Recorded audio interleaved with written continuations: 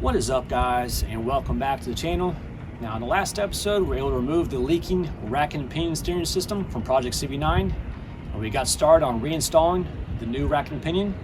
We're not quite there yet. We got a few more steps to go, so let's go ahead and finish this project up. And here's a new tie rod end right here. As you can see, it's marked with an L for left or driver's side. And here's the hardware package that came with this. So you got a new nut. So I'm gonna go ahead and put this on the end of the steering rack. And you got this grease fitting right here.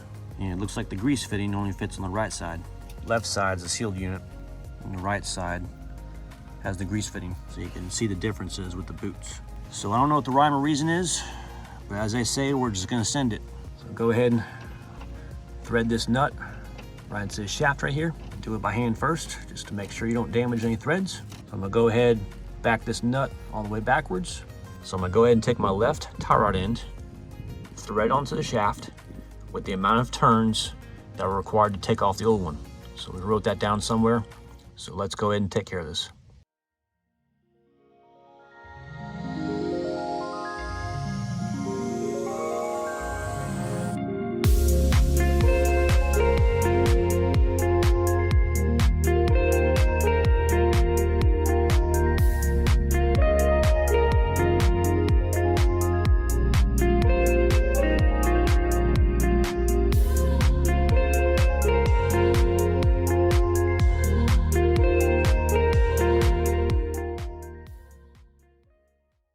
Okay, I've got the nut on the steering rack and the tie rod in position.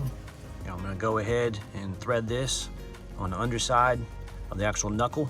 I'm gonna take this castle nut, make sure the castle is facing upwards, and we're gonna torque this thing to 32 foot-pounds.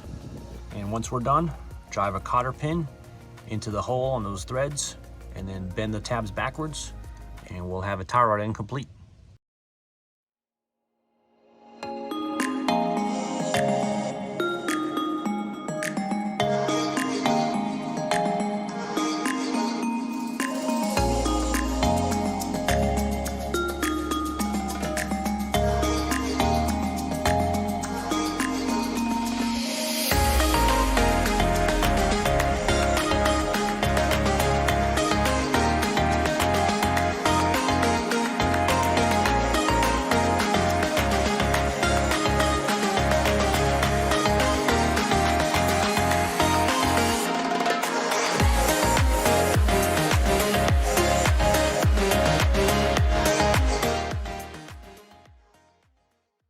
All right, the rack and pinion is officially bolted to the frame of the car and connected to the knuckles. Now you want to make sure that this is relatively straight on the passenger side, and then the driver's side brake assembly is relatively straight. And now next step, we need to go inside the car and connect the steering column to the rack and pinion. So let's go ahead and take care of that. All right, guys, sorry about this open door chime. It does get annoying, but anyhow, there's the shaft from the rack and pinion that we fed through the bottom of the car. It's in position right now. And here's the shaft for our steering column. So we need to make that connection. And here's our joint that we removed from the old one. Obviously, we reuse this. And here's the special bolts that hold it in.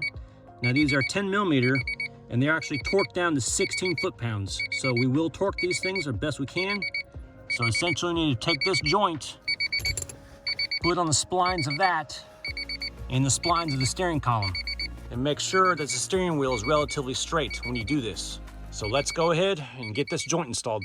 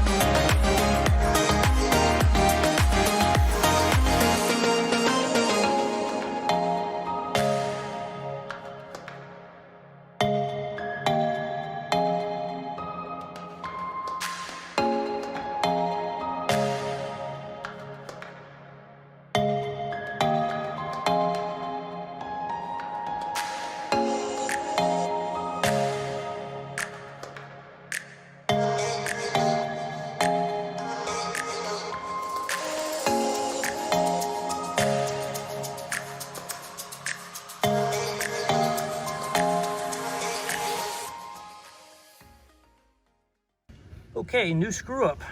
Looks like I cross-threaded both of these bolts that go on the universal joint on the steering column and the rack and pinion. You know, it is what it is. So guess where we're going tomorrow? We're going to the junkyard and grabbing some new bolts and maybe a new coupler. So it is what it is. So just be careful threading these bolts right in, because obviously both of these things are cross-threaded. So just use caution when driving these bolts right through. I mean, I don't know exactly how this happened. I'm guessing it was cross-threaded.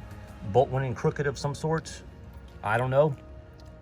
But anyhow, it is what it is. So we're taking a trip to the salvage yard tomorrow. Nice sunny morning here at the yard. 1992 burgundy sedan. Looks like it's got the 10th anniversary wheels on there. This thing's been ravaged through on the front end. Front seat's already gone. That helps me out. And no one's messed with the coupler here in the steering. So I'm gonna go ahead and pull that cover off, get access to that coupler, and go to work. Okay, we got success. Here is the steering coupler that I need right here, along with the bolts. So got both bolts in the washers.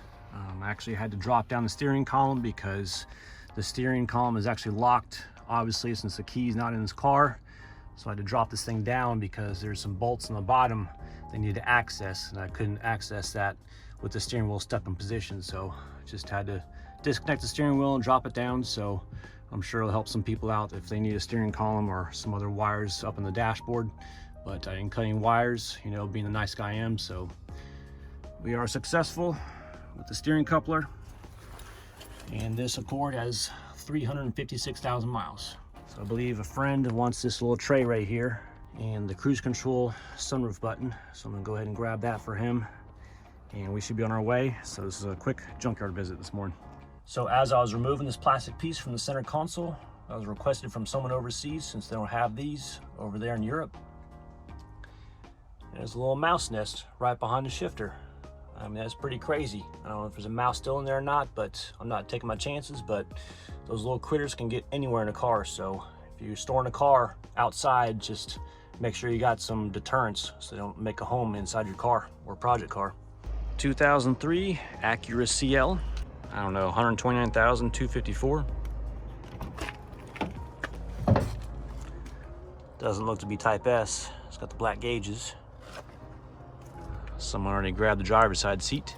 And it's got the old school navigation. I'm glad mine doesn't have that. This car looks to be unwrecked. Most likely a pop transmission. These cars are known for bad transmissions. Yeah, someone already grabbed the front end and a fender. The passenger seat's not in bad shape, but I don't need a seat, so I'll let someone else grab it. That's a shame this car's in the yard. They don't make these like they used to, and they don't make coupes anymore. So this will be keeping some other cars on the road. Okay, this is the next generation Honda Accord. They have only got one CB7 here in the yard, but they've got a few of these. Now, upon my research, the coupler is different, but the bolts that hold the coupler in position are the exact same. Now I'm gonna go ahead and pull that cover off the steering column, pop those bolts off that coupler, and I'll have some extra bolts as a precautionary measure. All right, went ahead and grabbed this final bolt off the Accord. Now, I don't know if you guys ever seen this type of wrench right here, but this thing is an absolute lifesaver. This is a 10mm made by Gear Wrench. You got a stationary box in on this side, and you got a ratcheting end on this side. In addition to that, this is a flex head. So this will get you out of a bind in numerous instances. I love this wrench. It's about 30 bucks. So if you do a lot of car work, this is very beneficial to have in your toolbox. 2005 Acura TSX. Airbag deployed, front end collision, 173,000 miles. And the engine and transmission is totally gone. People are doing these K-series swaps, and I don't blame them. That's a great engine. So these TSXs, once they land in here in the pickup part, those engines always coming out real quick. 1998 Honda CR-V. Just landed here in the yard. Biohazard, lovely.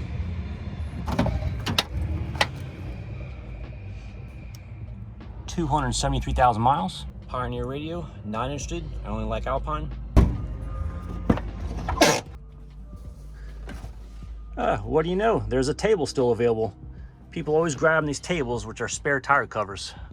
So I'm gonna go grab that table. 30-second removal. Got the CR-V table. It's in very good shape compared to the one I use for a work surface. All right, now we're on our way home.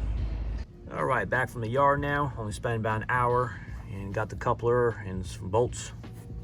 As you can see, here's the bolts that we tried to install yesterday, and these things are majorly stripped out. And I believe the threads are probably even damaged on this coupler as well, so I'm not taking any chances. And this is the coupler I pulled from the CB7 this morning. This coupler was $5, and I got about 4 bolts here.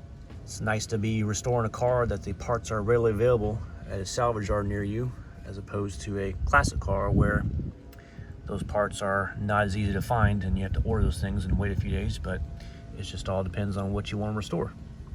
So let's go ahead and put this in the car. So remember, the taller portion of this coupler goes on the top. So this contacts the steering column and this contacts the rack and pinion. So we're going to put this in position. It makes things much easier when you have the wheels off the ground, because you might have to steer the steering wheel a little bit to the left and right just to make access to both the top and bottom bolts. So let's go ahead and put this coupler back in position. All right guys, after wrestling with this thing for about an hour and a half, I finally got in position. Now what you want to do is you want to put this top portion as far up these splines as you can. And then once that happens, you're able to bend this lower portion of the coupler, put it onto the teeth right there, and just kind of wiggle it on there. And what was going on is every time I wiggle this thing, it just didn't want to go on. Got to the point where I was tie strapping my steering wheel to the seat so I can keep the steering wheel straight. Every time I moved that steering wheel, this thing would just pop right off. So I was getting a little frustrated, but the splines are now in position. So I need to show you some important things on the spline so you don't make the mistake I made yesterday. I don't know if you guys can see, but there's a little slot on this spline right here for the rack and pinion. You want the bolt to go right through and go right in the center of that opening right there, because there's a spline portion on the bottom, spline portion on the top. Right in the center, there's no spline, and that's where the bolt is supposed to go through. And then once that's secure, there is a slot on the top portion of the steering column spline. This is a slot, so you have a lot more play on this one, but right here on the bottom, where it goes up to the rack and pinion, this has to be exact. So just be careful when you put the bolts in to secure this coupler. So let's go ahead and put these bolts in and button up this installation.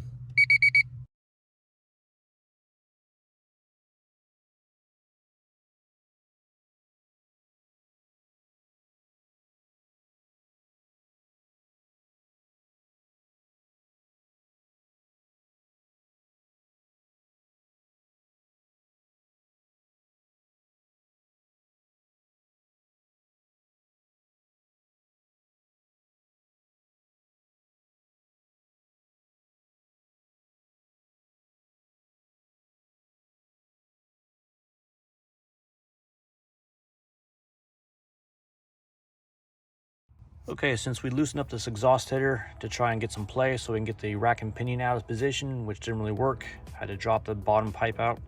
We're gonna go ahead and retorque these 23 foot-pounds. So let's go ahead and tighten this thing back up.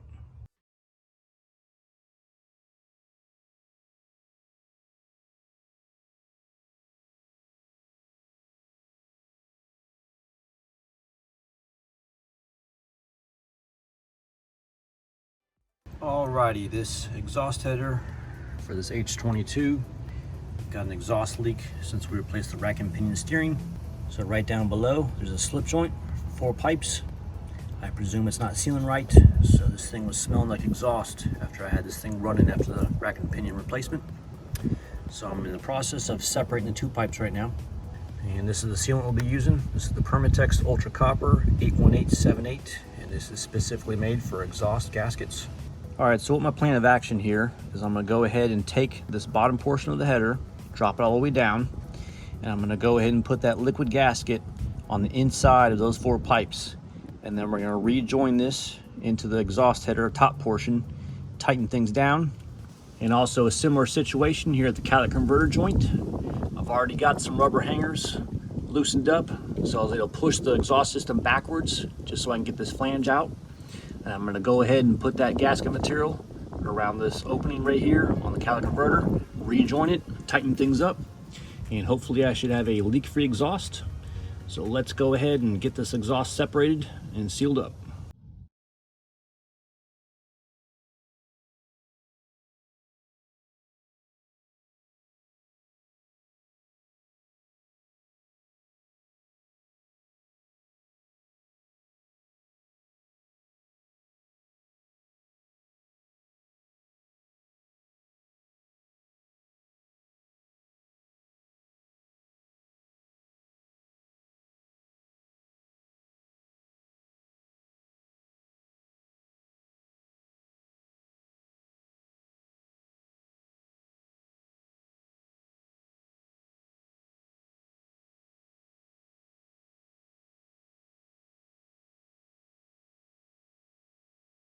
Okay, I got the sealant all applied to the inside of those 4 pipes, and I went on the underside of the car and reattached it. And this is basically what it's looking like. I mean, it's a little bit sloppy right now. I tried to clean it up, but right now I'm just worried about this thing sealing. So I've got this thing snugged up, and they said to wait an hour, and then after an hour, go ahead and torque things to spec. So this is basically how I have to tighten this 2 connections right here. I've got an Allen wrench here, holding this in place against the block. And then right there on the driver's side bolt, I've got a short Allen wrench. So I have to go on the underside of the car with a long 10mm ratchet and tighten things up. This is how it's done. So this is an aftermarket header. It is what it is. And I guess I got done at the right time because now it's just starting to rain. I need to go on the underside of the car, tighten up the catalytic converter, and then we should be good on this exhaust here. So we gotta let this thing cure for 24 hours. So that's what's going on.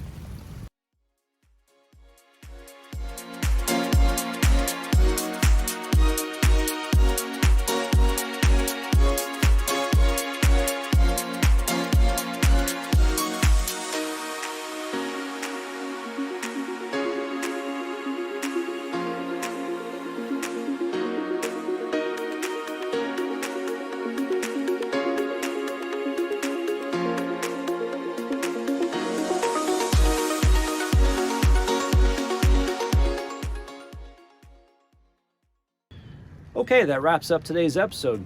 We're able to successfully install the rebuilt rack and pinion steering system in the Project CB9. Now, in terms of the power steering system, we still have to address the correct power steering pump and high pressure steering line since we're using the H22 motor as opposed to the factory F22. And I hope you guys can tune along for that.